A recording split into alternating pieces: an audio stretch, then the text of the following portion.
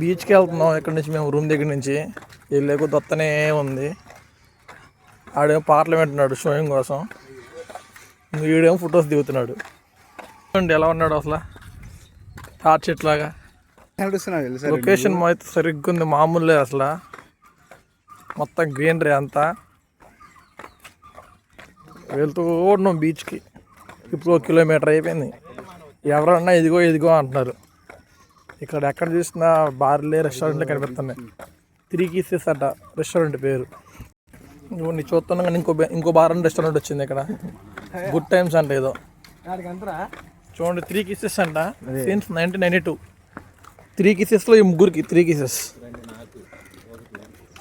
చూడండి 2 ఆడుగంట, 1 ఆడుగ చివరికంట.